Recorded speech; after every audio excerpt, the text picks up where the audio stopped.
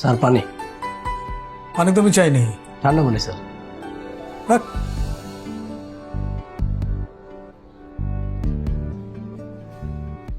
কিরে কিছু বলবি?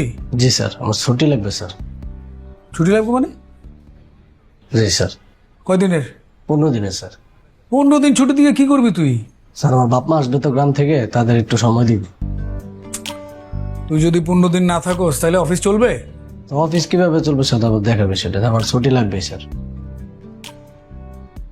ছুটি না দিলে আমি এমনিতে আসবো না। বাসা কয় রুমের? একটু না। কে কে থাকে? আমি আমার বউ। তোর বউ আর তুই থাকোস তাইলে তো বাপ মা আসলে কোথায় থাকবে? তারা উপরে থাকবে, আমরা নিচে। ও ঠিক আছে, যা যা।